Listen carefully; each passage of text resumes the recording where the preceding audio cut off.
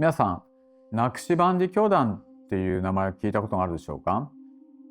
私がかつてミドバル聖書塾でこの話を2年ぐらい前にしたんですけれど、その時はあんまり深掘りはしてなかったんですね。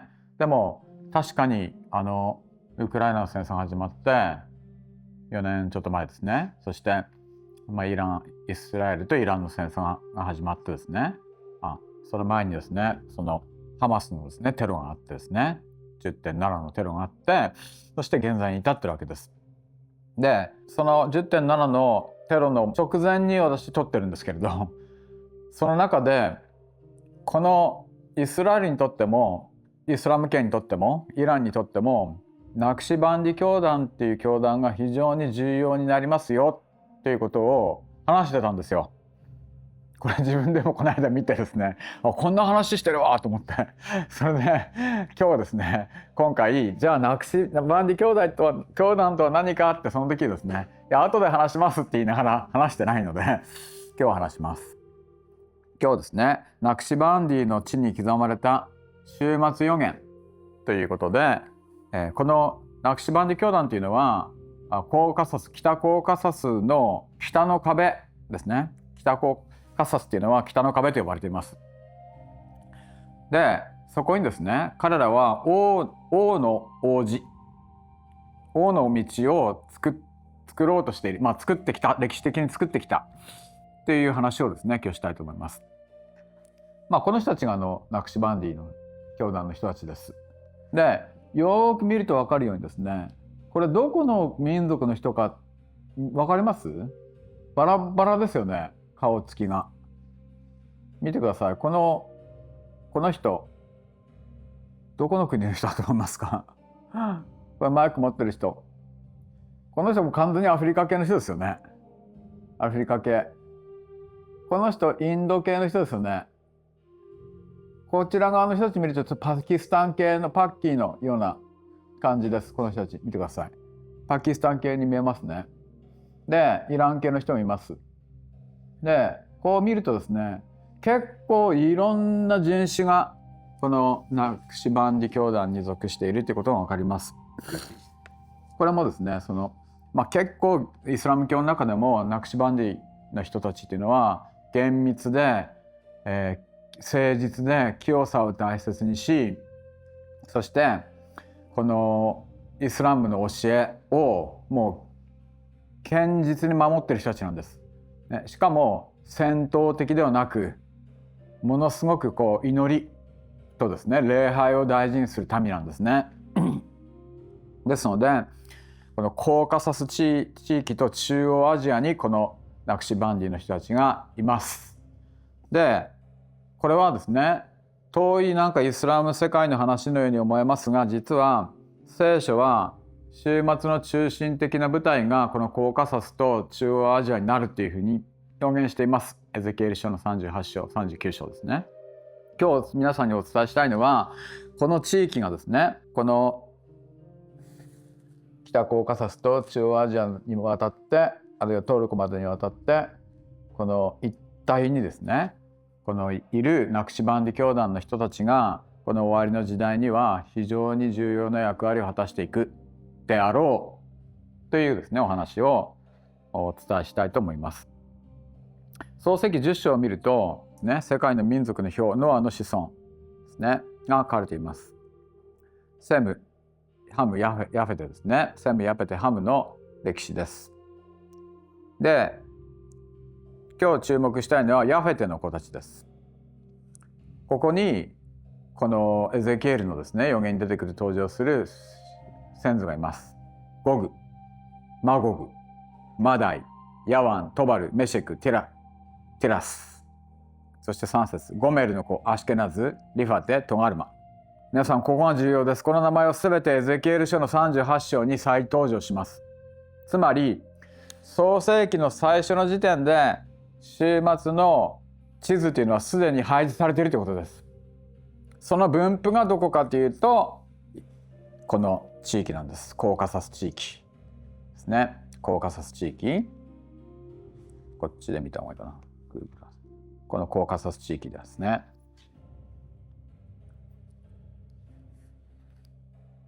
コーカサス地域であり、そして中央アジアということですね。もうなんか嘆きの壁が中心になってますんで、私のGoogle Earthはね嘆きの壁が中心になってますんで、ここが世界の中心です。皆さん、ここが世界の中心です。ここで祈らないといけないんです。だからここで祈りの家をやらないといけないんです。祈りの家というか、ここで祈らないといけないんです。最終的にはエルサレムで祈らないといけない。でここが世界の中心なんです。で今問題になっているのはこの北コーカサス、南コーカサス、コーカサス地域、そして中央アジアですね。そして東の果ての国。こう見ると日本ってもうこうなんか見えない日本どこにいるんだ、日本よ、日本よ、どこだ、どこにいるんだ、ここだ。こういう感じなんですよ、日本って見ると。イスラエルから見ると、日本ここです、イスラエルここです。日本ってこう日が昇ってくる場所なんですよ。ここ見てください、この日本。こっから太陽が昇るんです、イスラエルから見ると。だからまさに日本が日ずる国と呼ばれるゆえんがですね、このイスラエルから見て日ずる国なんですよ。だからアメリカから見て日ずる国じゃないですから全然ね。聖書で日ずる国って言ったら、もうイスラエルから見て最も遠く離れた日本、日の元の国ですね。これが非常に重要だということですね。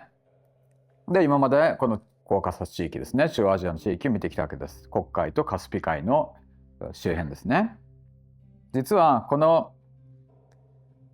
地域にこのナクシバンディ教団っていうのがですねあって、それが重要な役割を果たすということを今日話します。この教団はですね、イスラム神秘主義のネットワークです。特にどこを中心としているかというと、ダゲスタンです。さっき言ったですね、このダゲスタン、ここですね。ここに彼らのネットワークがあります。そしてチェチェンです。ここですね、チェチェン。それからその向かいのカスピ海の向こう側のカザフスタンです。そしてウズベキスタンです。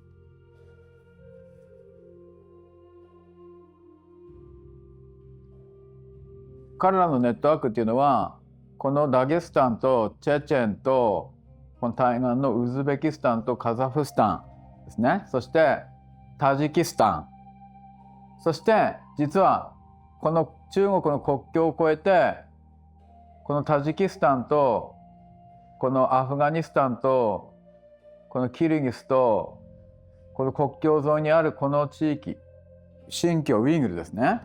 この地域の人たちまで実はナクシバンディの人たちなんですよ。で彼らと話したんですね。私この地域に帰ってる頃ですね、彼らとすごくよく話してこの話を聞いてきました。皆さんお気づきでしょうか。これはヤペテの子孫の分布とほぼ完全に一致しています。この地域、これはヤペテの子孫ですね。先ほどお読みしたマゴグ、メシェク、トバル、ゴメル、トガルマの地域です。この地域ですね。コーカサス、北コーカサスから中央アジア、新疆ウイグルまでそうなんです。これは偶然ではないんですね。神様は歴史の中でこのような霊的な地理を見てるんですよ。世界っていうのは偶然にこのようになってるんじゃなくて、神様はこのようにしてこの地域を導いてるんですよね。でエゼキエルの38章ですね、見てみるとこのゴメルが出てきますね。ここで出てくるのはマゴグですね。まずマゴグの地、それからメシェクですね、それからトバルですね、3節のトバル、それからゴメル、6節にですね出てきますゴメル、そしてベテトガルマ。これさっき見た創世記の10章と全部同じですよね。ヤフェテの子孫なんです、全員。つまり終末の戦いというのは突然現れるんではなくて、民族的にも地理的にもすでに創世紀の頃から準備されてきたということです。その中心がコーカサス中央アジアという地域なんですね。これが北の果てって呼ばれているところです。15節ですね。お前は北の果てのお前の国々から多くの国々の民と共に来る。彼らは皆馬に乗るもので大集団大軍勢だって言われるこの北の果てっていう言葉がヤラヘティテホヌンっていうんですね。これは北の最も深い場所という意味です。最奥部ということですね。いわゆる北コーカサスの地域のことを言ってるんですね。これは単なるですね偶然ではなくて、イザヤ書ではこの地域が霊的な要塞であると言ってるんです。ですから私はこの地域のことを北の壁というふうに呼んでいます。そして彼らはこの北の壁を通って王の王子を引こうっていうのが彼らのビジョンなんですよ。なぜかというと、イスラム教でですねメシアがいるんです。イスラム教のメシアってね、聖書のメシアと同じなんですよ。彼らはイマームとかっていうふうにですね言ったりしていますけれど、彼らもメシアを待ち望んでるんです。救世主が現れる。それもアブラハムの末から現れると信じてるんですね。自分たちもアブラハムの祝福に預かると思ってるんですね。それでヤペテ系のこのナクシュバンディの人たちの伝説がメシアが来ると。そしてそのメシアを迎えるのが自分たち教団の使命だ。そのために王の王子をこの地域に整えるために彼らがこのように分布しているっていうことなんです。特にダゲスタンとチェチェンですね。ここがこの山岳地帯なんですよね、この地域。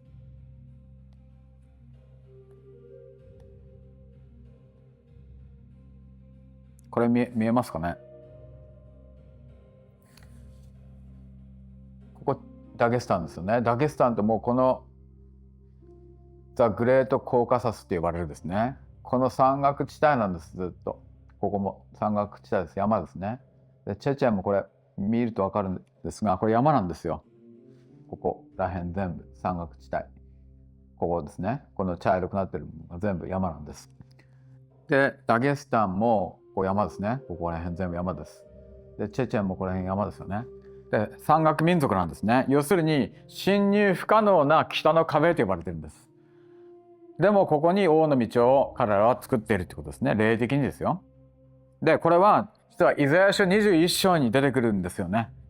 と私は解釈しています。いろんな解釈があるので絶対そうだっていうふうには言いませんが、今日はイザヤ書をですね皆さんにご紹介したいと思います。イザヤ書の21章にですね、面白い21章のイザヤ書21章の一節に海の荒野についての宣告であります。不思議でしょうね。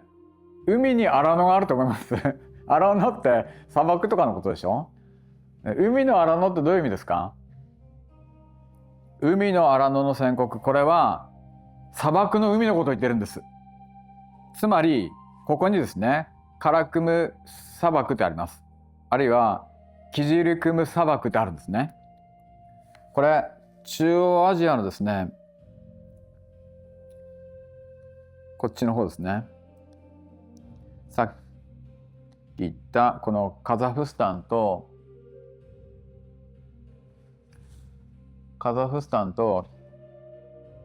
ウズベキスタンとタジキスタン、トルケメニスタンですね。ここ見えますか。これ全部砂漠です。ここも全部砂漠なんです。ここ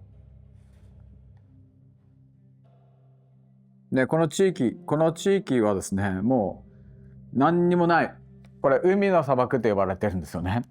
そしてさっき言ったこのウイグル地区にタクラマカン砂漠であります。これも世界でも最大の砂漠と呼ばれている。ここで私バギーカーに乗って遊んできたんですけどこのウイグル自治区にですねあるこのタクラマカン砂漠を通ってミナシルクロードタジキスタンに入っていくわけです。で実は今ですねこのタクラマカン砂漠の地下にですね砂の下に遺跡が発掘されたんですよ。で古代の遺跡です。6000年ぐらい前のものと言われています。ここがエデンの園だったんじゃないかって言われているぐらいなんですね。大都市があったらしいです。もう砂漠なので全然、しかも中国の領土なので全然発掘がされていないんですが、このウイグル人たちに言わせると、ここが世界の中心地だったというんですよね。でも滅んで砂漠になってしまったっていうんです。ここがいわゆる荒野の海と呼ばれている場所ではないかというんですね。でもこのキジクルム砂漠とですね、これがキジクルム砂漠ですね。このウズベキスタンにトルクメスタンにあるこの一帯の砂漠のことですね。それとこここにある砂漠ですね。ここら辺一帯が実はナクシバンディ教団の中心地なんです。で、彼らは不思議と砂漠を海の荒野と呼んでいて、そしてそこを拠点にしてるんです。これもナクシバンディの人たちなんですよ。だからすごく、礼拝熱心なんですね、彼ら。でこれがナクシバンディ教団教会街道なんですが、こういう感じで祈っているわけです。すごく祈り熱心なんです、ね。でも皆さんイスラム教の礼拝出たことあります？私何度か出たことあるんですけど、こんな感じじゃないんですよ。みんな一列に並んで、そしてみんなが祭壇の方を向いて礼拝するんです。なんかこういう感じで、なんかコミュニティな感じですね。なんか輪を描いて礼拝してるでしょ、みんな。いつも見てください。これイスラム教のやり方じゃないんですよね。特にシーア派はこういうふうにやりません。これいつもこういうふうにみんな輪になって礼拝するんです。これはナクシバンディのこうなんですよね。特徴です。で、彼らはですね、こういう高原やですね、荒野の高原や、また砂漠地帯、こういうすごい険しいところで礼拝する。この人がこの教祖なんですけれど、この人が作ったんですよね。でこういう険しいところで、これは私がカザフスタンにある中国カザフスタンじゃなくてウイグルにあるカザフスタン人の地域のところを訪問した時の様子ですね。これカザフ人の女の子ですね。これはカザフ人じゃなくて、内モンゴルの子ですね。この子は、カザフの子ですね。この子はトルコ系の子ですね。この子はモンゴル系の子なんですけど、ロシア系の子もいるんですね。この隣の子は郁恵さんなんですけどこれ本当はですね、中国がここで境界線引かなければカザフスタンの地なんですね。カザフ人の地で、これはおばちゃんたちですね。これもカザフ人です、みんな。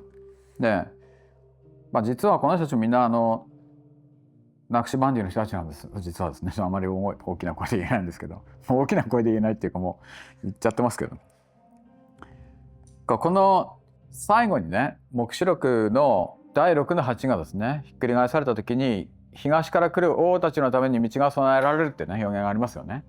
この東から来る王たちのために道を備えているのが彼らなんです。彼らの目的は礼拝によってこの東の地に王を迎えるための道を作っているんです。作っているって言います、彼らが本当に実際に。ここが非常に重要です。道を整えているということです。私たちクリスチャンも再臨のイエス様のために道備えをしてますよね。花嫁として、キリストの花嫁として道を整えているわけです。主の道を整えよう、主の道をまっすぐにせよっていうのがこの荒野で呼ばわる者の声でした。バプテスマのヨハネがですね、エリアの使命を持ってそのように道を整えたわけですね、王の道を。で、私たち教会も再臨でイエス様をお迎えするための道を整えてるんです。それと同じようなビジョンを持って王であるメシアを迎えるために、このナクシバンディの人たちが王の道を王子メシラはですね、王子を整えているということです。宗教は違うんですけど、イスラムという形なんですが、でもこのようにして輪になって礼拝を大事にして祈りを大事にしている民がですね、この教団があるということです。そのことを知っていただきたいんですよね。それがまさにシルクロードの道でそれをやってる。しかも砂漠で荒野でそれをやってるということです。私がこれを聞いた時にね、これを知った時に一つの啓示を受けたんですよね。私たちもナクシバンディのようにならないといけない。これ宗教的にじゃなくてですよ、姿勢です。礼拝者としてみんなで輪になってですね、人種を超えてメシアを迎えるための道備えを祈りと礼拝をもって王の道を整えていく、シオンへの王子をですね作っていくという働きをしないといけないということをナクシバンディ教会を通して示されたということですね。ですので皆さんにこのことをお伝えしたいと思います。皆さん、このナクシバンディの地はですね、最もこの堅固な硬いですね、この岩の上、山脈の上にいます。そして海の荒野と言われている砂漠にいます。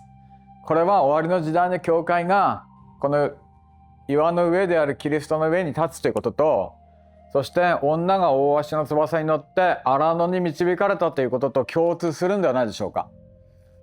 私たちは終わりの時代にイエス・キリストという固い御言葉のですね土台の上に立ち、もう難攻不落なですね、サタンも攻め入ることができないようなやっぱり礼拝と祈りと賛美を捧げるべきであり、また私たちは終わりの時代に必ず荒野にいないといけない、ミドバルにいないといけない。そこで御言葉によって養われ、固い食物も食べ、このようにですね地政学も学び、歴史も学び、そして聖書も深掘りし、そして主の道を整えていかないといけないというふうに、私はですねこのナクシバンディ教団を知った時に強く示されました。ですのでこの話をですね皆さんにお伝えしたかったんです。